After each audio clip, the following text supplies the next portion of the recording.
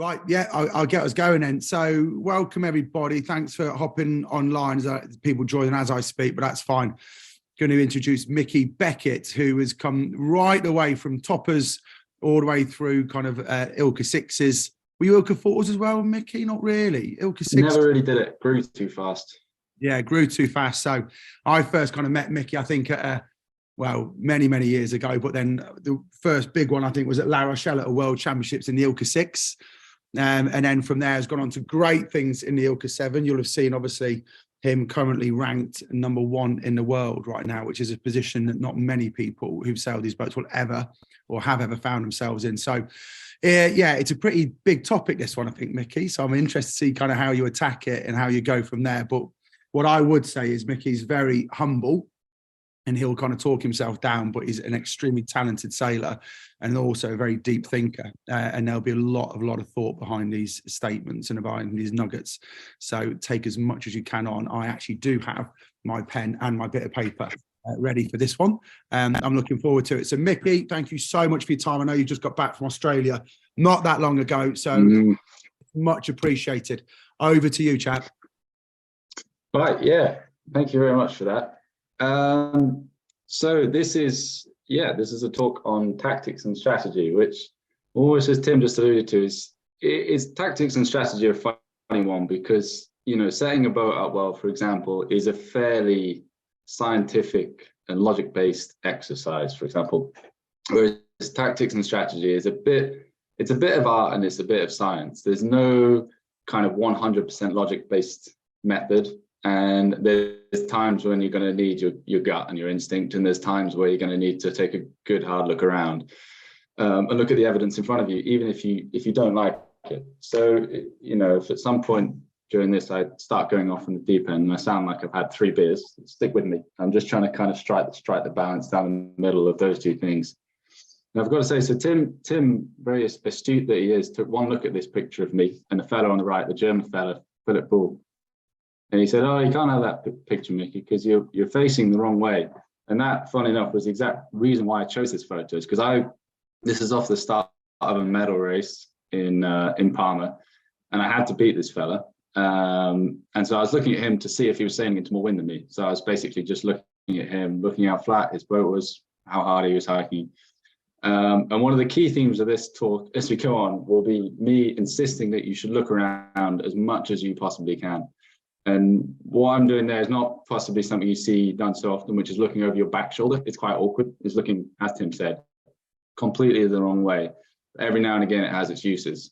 So that's one example of just like me taking a good look around. And so what I'm going to do, the way I'm going to do this talk is I'm basically going to take you through what I would do in a day and in a race, how I go about my decisions.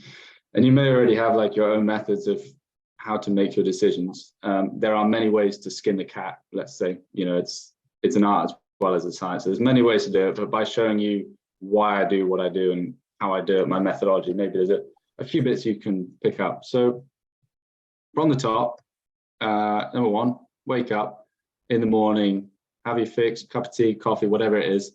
And generally what I try and do is make good use of the internet and have a quick look at the weather forecast. In my experience from chatting to people, I think it's easy to overplay the importance of looking at the weather forecast. I think try and keep this to like 5 minutes. And so I scoured Europe to find a weather forecast at the moment that fits the example I'm trying to give. So let's say we're sailing here on Thursday and Friday, right? And what I want to point out is what I'd be looking for in this forecast and what I take from it. One of the main things I look for in a weather forecast are just the purely practical things, to be honest, which are how many snacks I'm going to need to take on the water and what am I going to need to wear.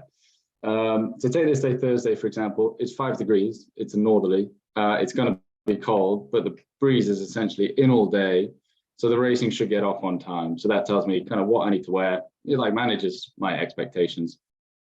A weather forecast will a weather forecast will never ever tell you whether you should just go left or right. That's not what the deal is. But what I like about this forecast, the reason why I took the screenshot, so if you look at Friday, what you've got in the morning, you've got a northeasterly, and then you've got a big drop and a massive shift right. And if you look down to the bottom roads, you've also got a significant or an increased amount of rain. So if I was racing and looking at that forecast on Friday morning, I think, right, I'm going to launch. It's probably going to be very windy. And if at some point I see some rain coming, then I can expect a drop and a right shift. All I'm looking for from the forecast is what is the cue for change? What is the thing that I should look at to expect change? If it's a steady day, I'll just think about how much food I want to take, and that's kind of the end of it. And then if you've got a forecast where there's a sort of big step change in the day, I'm just aware that at some point that will happen, and I know roughly that it's going to happen. It doesn't mean that I'm going to kind of sail upwind and still not look around. I'm always going to be looking around. So we've woken up, had a cup of tea, looked at the forecast. 1x. Right, now we're going to go sailing. Generally, I would like to have around half an hour like milling around on the course. It's not absolutely essential. I've seen people arrive to the start line with 3 minutes to go and make a perfectly good fist of it, and I've seen people get there 2 hours early. It's very much down to you. What I would encourage is knowing what you want to get done. So for me, what I like to do is I like to launch, if I can, have an offshore jacket on, and then just sail around the course, not hiking particularly hard, and just getting my bearings. What's the next slide? Yes, okay. So here we go. So get your bearings. And for me, I use a compass. I'll go on in a little bit later on into more detail about like to use a compass, not to use a compass, pros and cons. But for me, using compass is a very important part of what I call getting my bearings. Getting my bearings means just getting the lay of the land, forming an opinion about what that day is. Forming your initial opinion is really, really important. It's much easier to like form an opinion of a day. For example, oh, I think there's more breeze on the right, and then modify that opinion. It's much easier to do that than it is just to have no opinion, no awareness of what's going on, and then suddenly realize you have no idea what's going on, and then try and start from scratch halfway through the first beat. So, form an opinion, it's fine if it's wrong. So what I'll do is I'll go close haul on starboard. I look at my compass, it'll say 120, and I go, okay, that's my starters for 10, really. That's the number I'm starting with, is 120 on starboard, attack onto port, and I'll just watch it. I'll try and sail, most of the beat, and I'll just watch it go backwards and forwards. I'll look around at other boats. If it's a gusty day, I'll be looking for gusts. I'll be looking at other boats when they get in those gusts, seeing what happens. And it's all just a fairly kind of relaxed exercise. The priority is look around, see what's going on, see how the boat feels. I'm not trying to sail flat out. I'm just kind of keeping my powder dry, if you like. And to this bit at the bottom, that's kind of what I was alluding to with that first slide, is that the decisions you make in sailing, it's very easy to talk about the decision making. I wish I'd gone right. I wish I'd gone left. Would have been better if I'd crossed that boat or ducked or whatever it is. But all those things are underpinned by the information you have at the time. The information that you have at the time will determine how good a decision you can or can't make. So I'd really recommend just like a huge effort on looking around so that you have the best information to make good decisions. And about half an hour ago, I tried to think of a smooth sounding quote to encapsulate that. And that's what you're getting. So onwards. Any questions so far?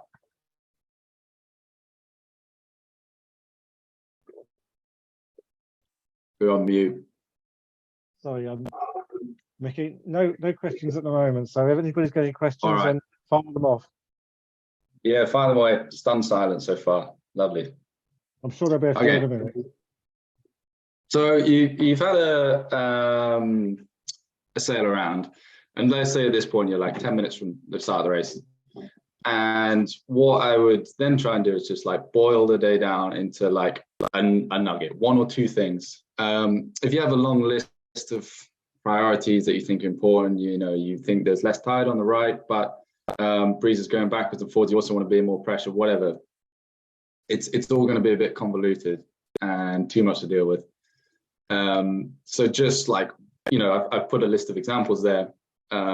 So for example, if you're in, let's say, Stokes Bay, southwesterly, big spring tide running, and there's big relief inshore, that's the king. That piece of information is just going to override pretty much everything else. That's going to mean that off the start, you're going to want to, starboard end, hit the shore or out into the stream.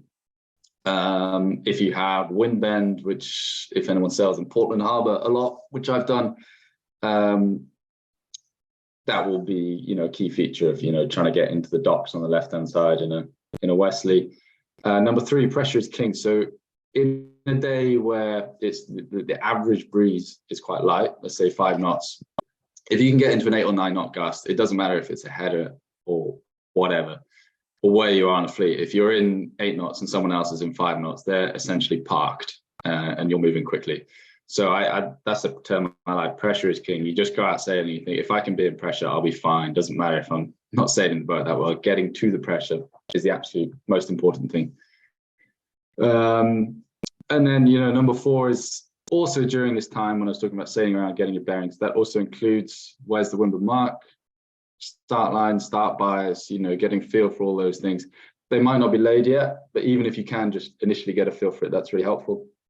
Number 5 is you want to know what the shift is at start time. So when I talked about getting my bearings, if I said I'm at 120 on starboard, for example, if I then started the race, you know, at go, pull my main sheet in, and I look at my compass, it says 140, that means it's a 20-degree right shift. I know it's a right shift because I've done my homework in the previous half hour. If I hadn't done that, I wouldn't have my bearings to be able to do that. Number 6, you know, if you sail around for half an hour and you go, this breeze isn't shifting, it's not gusty, it's just 12 knots, lovely day sailing, stable breeze, I want to think about going quickly. Number 7, keep it upright. That might be a day where it's dogs off chains and it's immensely windy and 30 knots. And the most important thing is that you keep your boat upright. So there's just some examples. There's not like a complete list of just, I do that sailing around for half an hour, and that's what I boil it down to. That's all I boil it down to. Mickey, can I just interrupt for a second? A couple of questions have come in. Jeff Davis has asked, what compass do you use? I use a Velocitech Prism because it's got quite big numbers. That helps me see it. That's a digital one, isn't it? Yes, digital. Yes. Yes. Okay. And Sarah Mason has come in and said, on a lake, what is your routine for the day? So on a lake rather than on the sea? On a lake, to be honest, exactly the same. If it's a small lake, I probably wouldn't launch as early because it doesn't take long to sail out. But it's basically just watching the pressure, seeing if there's one side that comes down more, just trying to establish any pattern, just getting feel for it, getting comfortable, without that pressure of it being a race and every decision being critical. And another one from Guy, or question from Guy Hickman. What forecast do you use in the UK? What's your preferred forecast for the UK? Generally use Winger, just the top one, GFS. That's reasonably reliable. Okay, and Mathilda Phillips has come in. How do you tell if a gust is a lift or a header? You wait till you get there. It's a very good question, that. And I used to, quite a long time ago, I used to think that I could just get to the edge of the gust and then tack in the perfect place where I know what's coming. But my experience of this over like quite a few years is that basically you don't know until you get there. Or the only way you know what shift a gust will bring is if there's already a boat in it. So if they're ahead of you, for example, and they get, you can visibly see what they're in. But if you're the first boat into that gust, you're just going to have to wait. And another bit of advice I'd probably give is just wait. The gust will hit you. It gets windier, obviously. You might get a big lift or a big header. I'd probably just wait about 10 seconds, because what you quite often find is the very front of the gust, that very leading edge, carries a shift, which is the opposite to what the bulk of it brings. So, for example, picture this. You're in 6 knots. You're sat on the side. You get your gust of 9 knots. You start hiking out. It's a big header. So you think, okay, I'll tack and take this pressure going the other way. And then as you tack, it literally becomes a big lift, and you end up doing a 180-degree tack, which is not ideal. So yeah, very good question. That was a long answer. Wait till you get there. Cool, we're good. All right, this is a freestyle routine I've done for basically 10 years, and it's sort of seems to be all right. Hasn't failed me yet. So orange flag goes up at 10 minutes in most big races, maybe less in a club race. And at this point, as I said earlier, I've just kind of been milling around, trying to sail the first beat, but keeping my powder dry. At this point, I need to do some proper sailing. So if it's windy, I will like do a proper hiking. I generally try and do 6 tacks, which doesn't sound like many, but 30 seconds between each tack, take 3 minutes, head back down to the start line. Just, proper sailing, get the controls I need, the sail setup established. Obviously, if it's a gusty, they might change at start time, but it just gives you that starting point. I'll generally pick up the time at 5 minutes to go. I remember chatting to Elliot, one of my teammates, about this, and he says, "Oh, I'd never get a transit at 5 minutes to go because that's when all the idiots do. Try and do it, and it's impossible to look down the line." That's exactly when I do it, because I'm always worried that the start line is not going to be set prior to that point. So I try and get a transit. If it's not on, it's not on. It's not the end of the world. It's like a luxury. It's a nice thing to have if you can. At 5 minutes to go, or just after 5 minutes to go, got the time, got the transit if it's available, and then I'll sail on starboard for like 30 seconds. And going back to that kind of getting my bearings thing, I'll then be like, okay, what is the shift at this point? 4 minutes to go, what is the shift? I will then stop, maybe 50 meters upwind of the line and have a look at the windward mark if I can. And I'll quite literally, like in my boat, like point at the windward mark and point at the breeze. So I just stand there in my boat and point at the sky, which I've been ridiculed for before, but I still do it. It's a really nice visual. Like there's the windward mark, there's the breeze. And if there's any difference between the two directions in which you're pointing, then obviously you've got a long tack scenario because the race officer hasn't set the course like square with the wind, or at that time there's a shift. So it's just really, really helpful. Just keep these things simple and, like bulletproof processes. And then at that point, I'll go to the preferred end. I'll go into start bias in a second. If I'm not sure, like sometimes there's just times where I have no idea which end is biased. I'll just go and sit in the middle and just sort of watch and wait.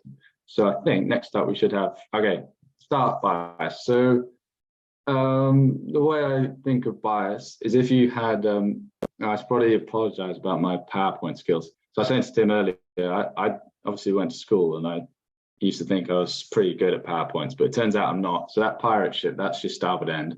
And the canoe is your pin end. And the upside down white boat is a boat sailing on starboard from the pirate ship. And the black boat is a boat sailing on port from the pin end. Right, simple.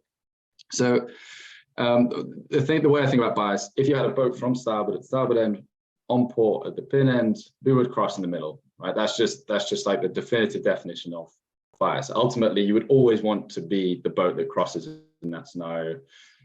And so when I'm thinking about bias, there's a lot of different methods. You can point you can use your compass, you can point at the pin end, you can go in the middle, stick your boat headwind. I've seen everyone do those things. I do each of those things when I'm struggling to figure it out. What I like to do is just go to the starboard end, pull my sail in, and just think, would I rather be at the pin end and cross me? And if there is someone who happens to be sailing from the pin end at that time, I can just look and go, okay, yeah, they're crossing me. It's pin bias. It's quite sort of simple, and it's easy to overcomplicate these things. If it's really difficult to tell whether there's any bias, that's probably because there's not. Essentially, it took me a long time to learn that. So I'll go through a few examples of this is obviously a pin end bias start line because the canoe is very high and the pirate ship is very low. And what I've done is I've split the line up into 3 parts. This is generally how in our squad we talk about the line. You've got the pin end, the pin third, the middle third, and the starboard third and the starboard end. Now I'll take this example here. You have a very pin bias line. Now obviously the boat that starts right at the pin end is the most upwind, in the most favorable position. However, when you have the reason it's called pin or death is because it's just it's a game we sometimes play where it's like if you have to get the pin end. But the question is, do you actually have to get the pin end? Because it may actually not work out well because if you have a really pin bias line, you've got like 6 or 7 boats that are all going to go for it, and probably only 1 or 2 is going to get a good start. So there's pretty bad odds going right down the pin. And we've probably all been in a big raft up down there. It sucks. Everybody's watching. No one's far away. Everyone sees it. Everyone talks about it later. I generally sail in quite a conservative fashion. So where you normally find me starting is in a position where I think I'm most likely to be first boat onto port. So in a start like this, everybody's going to want to get onto port like really quickly. And the first boat onto port is probably actually the real winner of the start, as opposed to the boat who's right at the pin end. So I generally try and start a bit up from the bunch, but that it comes down to preference and where your natural skill set lies. I certainly wouldn't recommend starting any further down the line because you're just giving up too much bias. And similarly, but opposite. So in this instance, we have a very high pirate ship, low canoe, so it's very starboard bias. And obviously, starting at the starboard end is preferred, if you like. And starting further down the line, you're losing more and more bias, but it becomes easier and easier. And now this is what comes into these kind of decisions is which way do you want to go? So if you wanted to go left in this example, for whatever reason, be it current, shift, you think there's more pressure on that side, it's long tack starboard, then I probably wouldn't advocate starting right at the starboard end, because if you tack off, if you get a bad start, you immediately have to go right. I'd start a little bit further down the line where it's a bit more forgiving. Equally, if I had a scenario like this, really starboard end bias, and I absolutely wanted to go right, I'd just be right at the starboard end. And if it doesn't work out, I'm going right anyway. So when it comes to these decisions of you have a very biased line, and it's a trade-off between going right to the end and possibly getting a slightly easier start, it's just about considering basically whether you want to go left or right, and what that'll look like. Consider failure, consider success, but aim for failure, aim for success. Sorry about that. Right. Any more questions? Hi, Nick. A couple of questions from Antonio's. How much does the other boat's strategy affect yours? E.g., do you chart your own course, or do you respond to the moves of the fleet around you? Always do, basically, almost invariably do your own thing. Because the problem is if you follow other people, that leaves you kind of, basically what I'm doing is talking through a process whereby you observe what's going on the water, how your boat's responding to that, and then you make decisions based on that. Now, obviously, you have to position yourself relative to the fleet. You know, sitting in a position where there are boats directly ahead of you, sitting in bad lanes isn't good. That can become worth it if you're sailing to something that's really good, like more wind. But certainly, if I was absolutely convinced the right was good and everyone else was going left, I'd kind of go yee-haw and all the way to the right. You have to have absolute conviction in what you want to do, and you have to keep trying to get what you want. You have to try and get to where you want until, you know, the fleet gets in the way, essentially, and then you have to think of your next best plan. Does that answer the question? I think so. Yeah. Matilda Phillips to go. What does long tack mean? Good question. It's a shame I can't draw. Anyway, long tack basically means if you picture a start line and a windward mark, if the breeze is blowing straight down the course and there's no bias and the wind mark's in the right place, you're going to spend 50% of your time on starboard and 50% of your time on port. Maybe not necessarily in that order, but you know, you could do loads of tacks or just 2 tacks, but you spend half your time on one tack, half your time on the other tack. When you have a long tack, it basically means you're going to spend much more of your time on that tack. So if, as you're looking upwind, the windward mark is off to the left, you're going to spend a lot more time on starboard than you are port. Vice versa, if the wind mark's off to the right, you're going to spend a lot more time on port. A general rule of thumb, which it would take quite a long time to explain, but we say do the long tack first. So if you look upwind and you see the windward mark is off to the left, you want to get on starboard, because basically starboard is taking you in that direction. You can do a short amount of port and then you hit the ley line. Talk about ley lines a bit later on, but generally you want to avoid ley lines unless you're sure that that's the place you want to be until a bit later on. You certainly don't want to hit them halfway at the B, which you will do if you ignore long tack first. Matilda, let me know if that didn't answer your question. Okay, right. That's it for now. Where Thank next? Cool.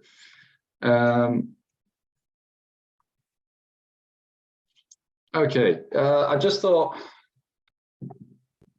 Upwind strategy. I mean, going on a bit here, but essentially it's two decisions, right? It's shall I carry on or shall I attack? They're broadly speaking your options. So I just thought I'd go through like a few rules of thumb about what you might think. So as I almost actually just said there, if you're in a bad lane, obviously it's not ideal, and with some level of skill you can hold in, but you're still going to lose. And there becomes a bit of a trade-off where it may be worth just sitting in that bad lane. You might lose 3 boat lengths getting to the left, but there's 10 knots on the left and there's only 5 knots on the right. Now what will enable you to make a decision like that and have confidence that it's the right decision is your awareness. And your ability to look beyond the boats in front of you to see that there's more wind, to look over your shoulder and to see that there's less wind over there. Difficult skills granted, but the sort of ones that if you can do them, you're going to be in a very good place in a big fleet. So if you're in a bad lane, obviously all other things you want to get out, you want to get to space. Second point here, hitting the ley lines far out is generally bad. Unless you have absolute conviction that it's the right thing. So going back to like a tidal example, where the right-hand corner of the course is in slack water and the left-hand corner might be in, a lot of adverse tide, then and you've done a previous race in the same conditions, you just know you want to get all the way to that corner, and that's quite straightforward. But certainly where you have a day, what we call like an oscillating day, where the breeze just shifts backwards and forwards and there's no other factors, hitting a ley line kind of until the top third is probably not a good idea, because at that point you're out of options. As I said at the beginning, you've got 2 options: carry on or tack. But if you're on a ley line, your only option is carry on. So if people start tacking in front of you, then all that happens is life sucks, really. So third point here, if you're sailing at wind and you look over your shoulder and you think, oh, I could tack and I could cross those boats that they were ahead of me at the Leeward Mark or whatever it is, that generally means there's a shift and you should do it. It's, if anyone's into stocks and shares, it's kind of like, if you've got 100 quid more than you had, then you sell it, basically. That's probably terrible. Don't take any trading advice from me whatsoever. But essentially, it just means that things have shifted and there's a gain available to you, and you should probably take it.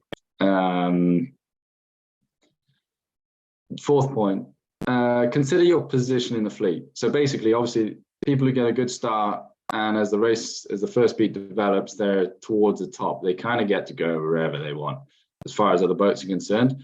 Once you're in the middle and you're further down, the places that are really going to suck are the ley lines, as I kind of said earlier.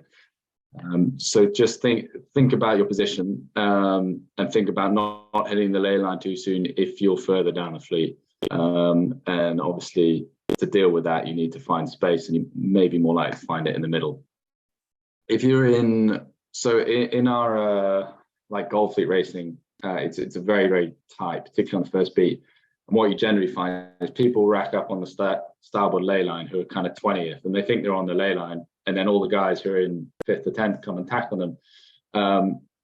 And basically, once you go for the starboard ley line, make sure you get there, and maybe give yourself a little bit of slack if you know this boat's further ahead of you. Because the worst thing that can happen is basically you think you're on the starboard ley line, some boats come and tackle on you, you want to go and tack to get clean air, and then a load of boats have ducked you and tacked on your shoulder, and then you can't tack. And then you go round and round and round, and then it becomes a story that Tim Hulse reminds you of, despite the fact it's probably 10 years ago, by the time you hit the Leeward Mark, 4 or 5 times in a row, and went from about 5th to 50th. And it can be pretty. Oh yeah, you've unmuted yourself now. Yeah, it was an ugly mess, Mickey, that for you and I. Yeah. wasn't great for either Yeah. rib or laser at that point. Yeah, these things happen. There's a lot of tide as well, but you know, we all learn something. Okay, right. Last point. In light winds, generally the middle isn't great. That's about as simple as I'm just going to leave it at that. Tacking out the middle in light winds is tough. Generally, one shift comes in at the end. The boats to the left or right will be ahead of you, and there's quite often less wind. And that's not something you get taught when you sail in Weymouth or winter, because it's always windy. But you go both to the Mediterranean in summer. Doesn't mean bang a corner. It just means don't be afraid to go for your side. Okay. One question, Mickey. Yeah. Dan O'Connell, what percentage of time do you look at telltales, waves, compass, and looking around? That makes sense. Good question. If it's breezy, don't need to look at telltales because it's sort of, you can feel it a bit better. If when it's kind of light and medium, I don't know, I'll glance at my telltales every 20-30 seconds. Compass, it basically, the simple answer is when anything changes. When I don't feel comfortable in the boat that I'm heading in the right direction or that I'm on the right tack, I look at my compass or my telltales. You're sort of juggling basically, and you kind of get to learn when one isn't working, so you'll go and look at that thing.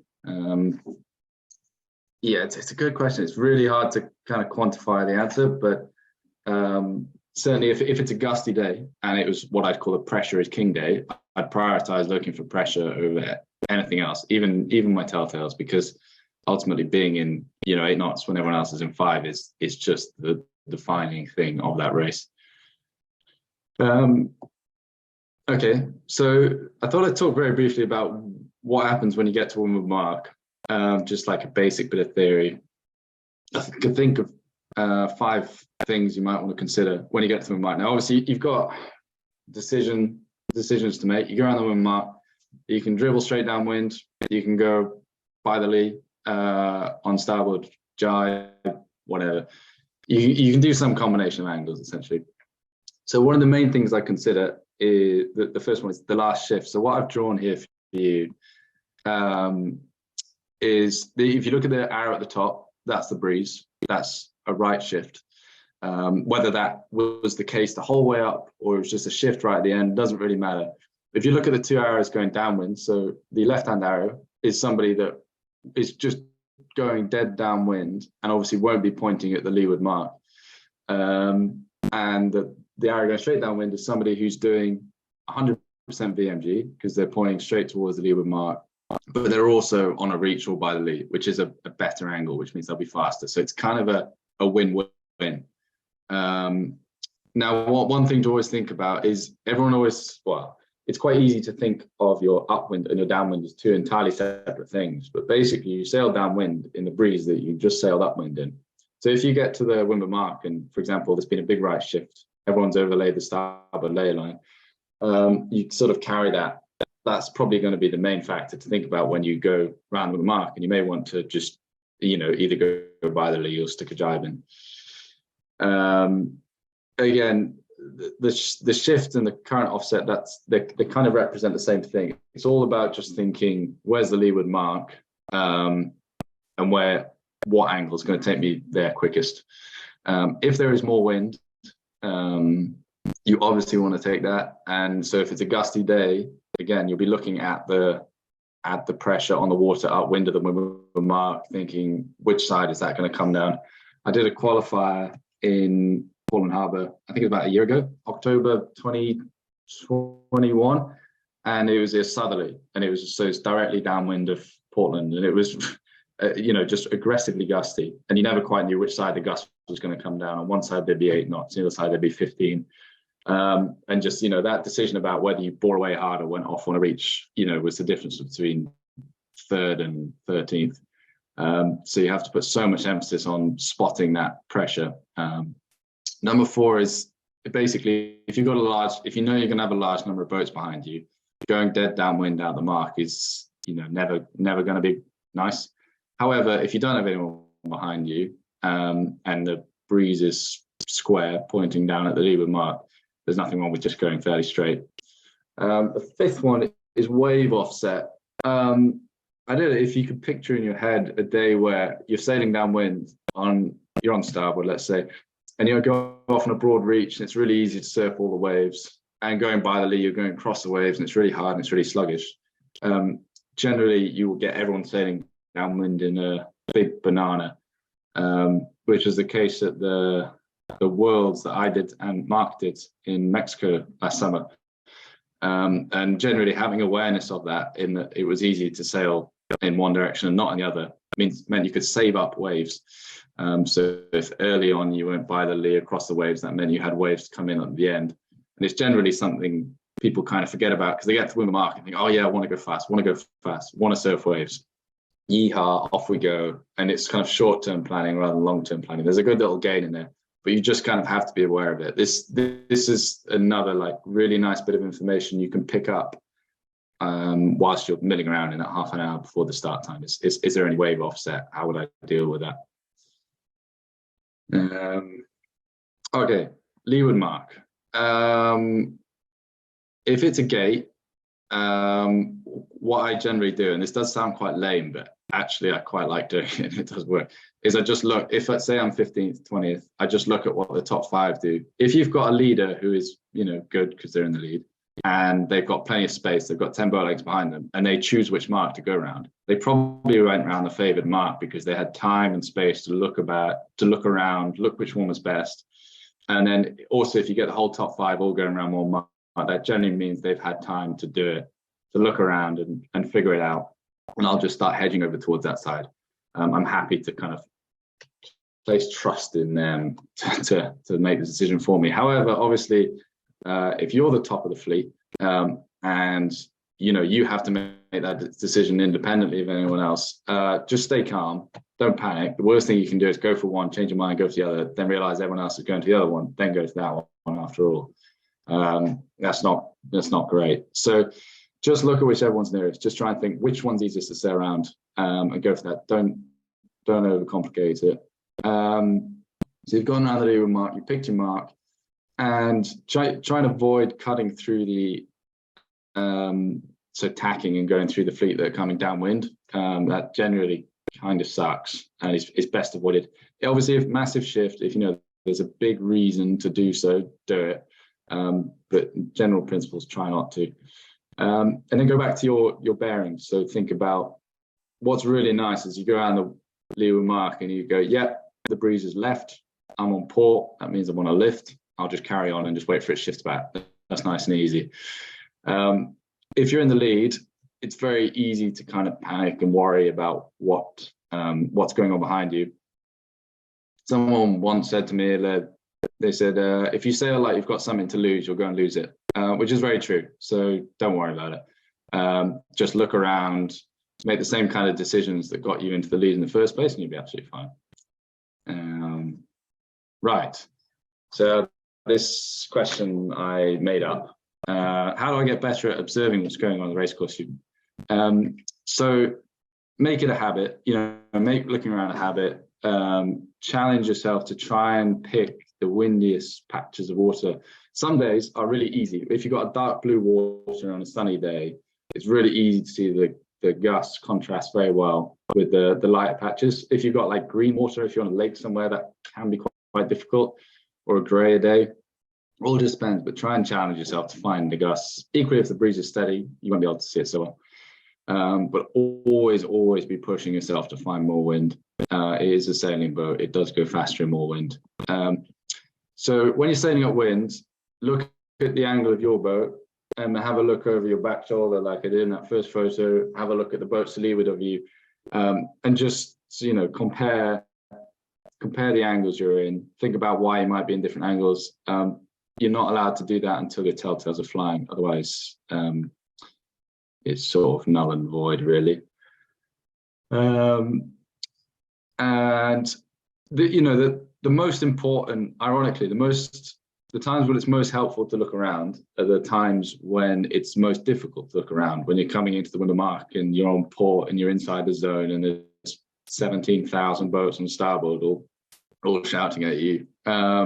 you know, there are times where it's really tough to look around, but just try and challenge yourself to do it when you're in the bunch, because ultimately, you know, you might lose 1 or 2 boat lengths because you're in a bad lane, you get rolled or whatever it is. But if you go and find a lot more wind than everyone else, you'll be great. Have a chat about it with other people.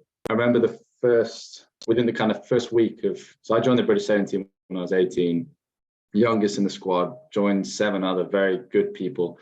And it's not an exaggeration. Every single training exercise we did, I would come last. Like, you know, starting exercise, spat out, rabbit runs, spat out, races came last.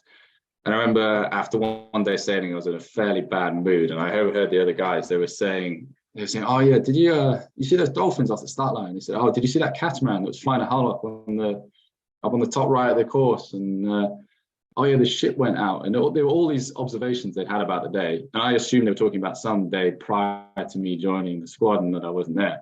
And Penny only dropped that evening that they were talking about the day that I was there and I was out sailing, and I noticed none of these things. I was just too busy working out, you know, how to keep my boat flat. And it was just really interesting that their level of observations was so much higher than mine. And a lot of that kind of filtered down into them making significantly better decisions than I was.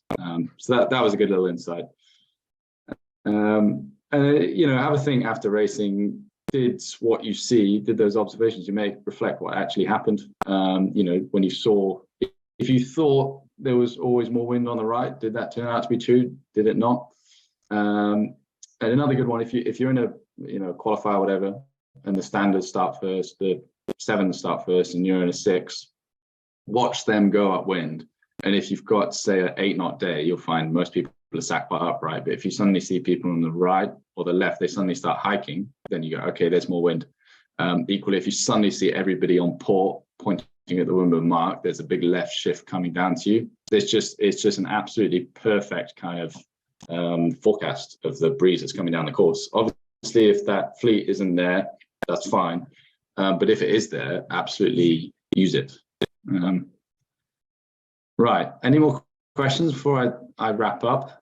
Question from Matt Jackson. Do you still go where it's windier if you're maxed out? Or is it faster to look for a more manageable breeze? Ooh, that's a good question. No, yeah, it's a good point. So you say you've got a really windy day, you know, 20 knots. You wouldn't be looking for more wind because it'll go certainly upwind. Downwind, if you're feeling confident, you might. Upwind, no, you wouldn't. But what you generally find is in an offshore breeze or offshore day, the wind shifts with a gust. It doesn't just shift independently. You always get an increase in breeze and a shift, or a decrease in breeze and a shift back the way it came before the gust. So quite often it's quite useful to know where those shifts are. Some of you may have come across like a cat's paw theory, this idea that, you know, faster air travels high up, drops down, hits the water, spreads out kind of like a cat's paw, and that creates a shift. If you took a bucket of water and you just, again, don't do this, poured it on the floor, it would hit the floor and spread out everywhere. It's a little bit like that. So you might look for where the gusts are to know the shifts that were coming with them, or to wait for the shift. But yeah, again, long answer. Essentially, no, you wouldn't. At about 20 knots, you'd stop looking for it. Just try and keep it upright. Any more? You're on mute, Keith. Oh, you're on that. No more at the moment. Thank you. All right. Yeah, if anyone's got any questions, please do ask. I'm going to do a quick summary of all that chat. So, whatever you do, you should back yourself. Make decisions based on what you feel and see. Avoid doing anything just because it's what everyone else is doing. Because if you're going to screw it up, then you should just do it on your own terms, because at least you'll find out whether your own methods work. It's really like I'm as a person, in everything I do, I'm really bad at being told what to do. So I go out and I learn that I should have just done it exactly the way I was told to do it in the first place. But I generally learn it, and that learning is quite well cemented, because I did it on, on my own terms. It was my own decision making that got me into that pickle in the first place. So I would really recommend just, think about what you actually have to lose, realize that you don't have anything to lose, and then just, look around and decide, yeah, I'm going to do this. I've got my reasons for doing it. If it doesn't work, and I won't do it next time. So, cover that one. Middle in light wind is really good. Separate early. So separation basically means just getting to the side as opposed to going out the middle. Separating early means basically avoid doing lots of tacks early on. If you start tacking up the middle of the course early on, it's going to be very hard to get to the edge at the top. Look around you in your launch, keep looking around as you sail out, and then continue to do so until you're back ashore. So I started to talk about compasses a little bit. So I only started using a compass about 5 years ago. As I did quite a lot of senior sailing, like in Gulf Fleet proper races, without a compass. And basically, you don't necessarily have to have a compass. Personally, I like sailing one. I like the kind of clarity that it gives, and particularly when there's not many other boats around. It's really helpful. However, if you don't use a compass, you just need to be able to have your bearings. You always need to know whether you're on a header or a lift. Particularly if it's a small header or lift, then you can be forgiven for not knowing it. But if it's a big, like 30-degree whopper, then you've got to know. And so to do that, you can look at other boats. You can look at your angle compared to the marks. You can look at your angle compared to the short, your angle compared to the waves. A lot of this stuff becomes quite instinctive. You just instinctively feel like you're on a header, maybe because there's less power in the sail. But you've got to sort of have methods to have your bearings, know if you're on a header or a lift. A compass is obviously a pretty fact-based way of doing that, that I quite like. I haven't mentioned this until now, but if anyone's sort of, I don't know, doing A-level physics, something like that, and they come across polar diagrams, or just really like kind of dinghy design, polar diagrams are basically where a boat what angle it points at in how much wind. So laser in 12 knots will point at about 40 degrees to the wind. However, as soon as it gets down to 6 knots, it'll point at 45, even 50 degrees to the wind, which is a lot lower. So if you're sailing in 8 knots and you get a lull and it drops to 6 knots, it'll feel like a big header. And so you might think, oh, I should tack, but that might not solve all the problems you have because the breeze has just dropped. And again, I did several world championships not realizing that, and it was to my complete detriment. And I wish I could go back and do them again knowing that, but I didn't, and I don't, and I can't. So there we go. It's just a good thing to bear in mind. It's very easy to panic when you get a big lull and what feels like a header, and actually that's not the case. And the very final point of this talk is that you try and sail with conviction. Decide what you think is going to happen, and until you get some information that's going to change what you think is a good idea, just go and do it. Don't sail around indecisively, because you'll never ever go the right way. All right, good. That completes the chat. I'll have a look at some questions now. Thanks, Mickey. That was brilliant. A few questions now. Bill Morris has asked, what sailmaker do you use? I'm not sure how you answer that one, but sailmaker. There's 3 different manufacturers of Ilka 7 sails, and they're all pretty much exactly the same, to be honest. Okay, that's a good diplomatic answer. As far as I can tell, I should add. As far as I can tell, they're the same. Keith, can I add in there? Because I think Mickey's done a cracking job there with an honest answer. And I hear so much about kind of, the different holes and a different this and a different that nowadays, as if we're sailing kind of fins that have dramatically different bits and bobs. I think actually what we've got to remember is the differences we're talking about with different sail makers or shapes or masts or anything is so minimal compared to the impact it makes about a good or bad decision on the race course that Mickey's just spoke to us about. If you put these lads in any of the boats against us, they'd still come out with the same result, because ultimately the differences in holes and things are so marginal that as a fleet, I'm really keen that we don't get too hooked up on it and you don't get too dialed into the myths, because you'll sail a different boat but end up with the same outcome unless you kind of really take on board the other stuff Mickey's been talking about. Would be a big push really for me. Yeah, I'd agree with that. I'd probably add as well that if there was a big difference, I'd know basically. Like I do this for a living, and that there's not. I mean, like don't get me wrong. Look after your kit. You know, look after your foils. Look after your hull. Wash your stuff. Don't let your mask get corroded and cracked. All that matters. Look after your stuff. But in terms of what you can buy from where, buy good kit. Look after it. You'll be fine. Okay, thank you, Mickey. Next question, Matilda Phillips. What non-digital compass would you recommend? Ooh. So when I said I didn't use, so I only started using compass when they became digital, because I just didn't feel like the analog ones offered that much, or they didn't help me that much. So the honest answer is I don't think I've barely ever used an analog. Mark, can you help me with that one? You must know good non-digital compass. He's an analog guy, that's for certain. He'll know the answer to this. Yeah, I don't know what the modern ones are. Mine is 25 years old, and it's a Silva. You can get that behemoth. Is it a silver one? Yes, Silva. Yes. Ali Young used to swear by that, I think. SILVA, aren't they, Mark? SILVA, silver. Yeah. Yes. I think the young sailors tell me they're too heavy and they make me look out of date. So, but they still tell the direction pretty well. All right, there we go. Okay, thank you. Next question from Guy Hickman. Do you use your kicker just before reaching the Leeward Mark or as you go round? Good question. Generally before.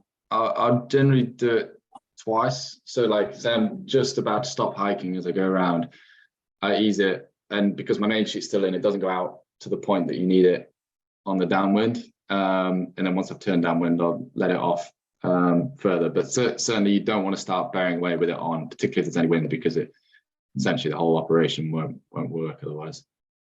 And you have to, you want a bit of kicker off, because otherwise when you let the main sheet out, the boom will hit the water and nothing good happens. Thank you.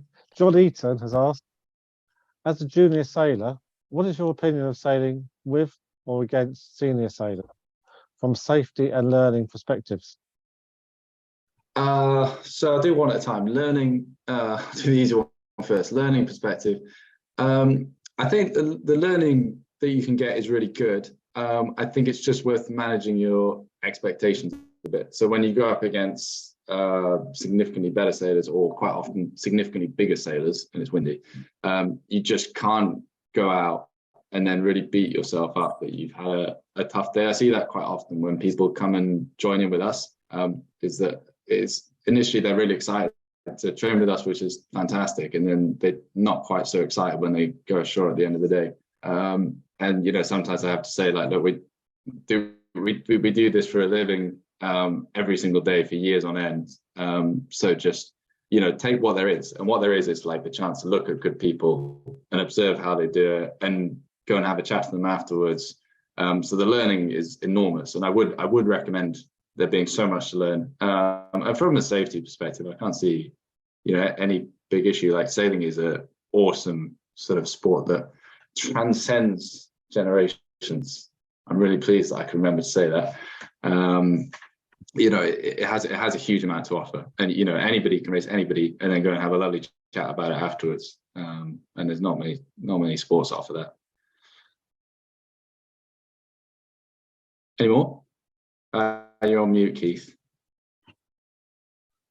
Sorry, Matt, a few more. Matt Jackson Yeah. has asked, I think you described a velocity header. Would you bear away or keep high so as not to lose distance to leeward? Velocity header. That sounds like something from a high-speed sport, like kite foiling or something. Wait a second, I'm getting the chat. Somewhere you mentioned velocity header. I'm not sure where, but I think when it talks about the breeze dropping and then you're getting a header as a result of your foils and sail not working so efficiently. Hang on. Where's generally speak, if I'm tight for a lane, I'll hold high. And if I'm got plenty of space and I need to keep the speed up to keep everything working, then I will bear away. I think is the answer. Okay. Jeff Davis has asked, do you sell S-turns downwind and under what conditions? S-turns, the short and unhelpful answer is as soon as I think it's worthwhile. So basically S-turns, or what I generally call it, it's like sailing angles. So you put the boat to an angle of broad reach or by the lead, because you can generate more power in the rig, and you can use that power to surf down a wave, essentially. So if I think that option is there, I'll keep turning. When I'm on a wave, you know, you're planing, surfing, things great. Try and take that towards the wind, towards the leeward mark. And then as soon as I feel that surf starting to expire and the boat starting to slow down, I'll head back towards an angle, and that kind of gives you your S-turns. Equally, if it's super light, you know, under 6 knots, heading dead downwind is a bit of a dead zone in there, like plus or minus 5 degrees of dead downwind. So you just want to build up some speed and then take it to VMGs, feel the boat slow down, build up some more speed by heading to an angle again. Okay, thank you. Next question from Mark Little, our esteemed chairman. Any rules of thumb for the beam reach? The beam reach. Beam reach. So I'd probably start. So going through your controls, I'd probably go centerboard up a little bit more than you maybe, particularly if it's breezy. So 10, 12 knots plus. Centerboard up a little bit more than you instinctively should, or you would think. It's quite tempting to leave your centerboard down and think, oh, it's a tight reach, I don't want to slip sideways. But the reality is you can shake off a lot of drag by lifting your centerboard kind of 4 or 5 inches or so. And then basically it's keep the boat flat. If your boom is in any danger of hitting the water, then you've got a loosen kicker. That'll help the boat become more manageable. Essentially with kicker on a reaching is it's all about control. So if you have a tight kicker, you have to sheet much more precisely. So if there's a lot of gusts, that becomes very difficult. If you loosen your kicker, everything's just more forgiving. You know, it's easier to keep the boat flat. Maybe not quite as quick, but it's just all a trade-off. And then hike. Thank you. Jeff Davis has asked, is there a second-hand market for lightly used sails from top racers looking to pick up a class legal sail I would, at a good price? Yeah, there definitely is. I had a good price. Fortunately, I don't have any, well, I don't have anything to sell you, sorry, I don't have any radials. Dinghy and Dinghy Bits on Facebook is where I go to sell a lot of my stuff. I happen to know that a certain Sam Whaley is about to bombard Dinghy Bits with about 20 laser standard sail, Ilka 7 sails. If anybody wants one, they'll be going fast. I should probably disclose the fact that some of them are mine, so please go and buy them. Yeah, Dinghy and Dinghy Bits on Facebook, good place to start. Okay, I think that's it for the moment. Any more questions, anybody? Any questions? If not, thank you very much, Mickey. Excellent. Oh, you're very welcome. That's been absolutely key. Brilliant. Very welcome. Super, thank you very much, Mickey. Mickey, you're going to be at our qualifiers in the next month. Yeah, I should be at Stokes Bay. I'll be at Stokes Bay. I'll also be at the Dinghy Show on Saturday. I should add that. Where are you going to be at the Dinghy Show on Saturday? What stands you on?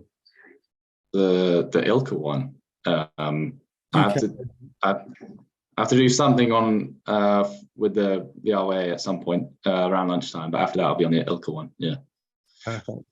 Perfect. That's great. Well, for those of you that have probably worked it out already, Mickey is a super friendly, chatty guy. So do go and say hello to him, and you'll probably get some more top tips from there. I think. Yeah, so much of the information you've given there, Mickey, is absolutely vital. Things that we probably may have heard it sometimes before, but it's great to hear it kind of coming from you, come from the expert mouth, and kind of to remind us of getting things right. So thank you very, very much. Has anyone got any more questions for this great man? Because I don't know how many more times in our lifetime we're going to get to sit online with a #1 ranked Ilka sailor in the world. I feel like I need to throw it out one more time just to make sure, because it's just drop it. Mickey, I think you bombarded us with it all, but it's online for us to go back Thank you so much, chap, for your time and putting that together. It really, really is appreciated, mate. And we'll see loads of. You're very welcome. See you at the weekend or the qualifier coming up. And Yeah, also, indeed. really, really good luck for 2024 and all things leading up to that. We wish you all the best of luck. Thank you very much. Thank you. Thanks, everyone, for getting online. Look forward to seeing as many of you can at the UKLA stand this weekend at the Dinghy Show. Make sure you come and say hello. And be part of the community and try and kind of build that community and links and networking as much as we can. And hopefully we'll see lots of you at qualifiers and Grand Prix and Super Grand Prix in the up and coming season. Great. Take care, everyone. See you soon. Cheers. Cheers, Mickey.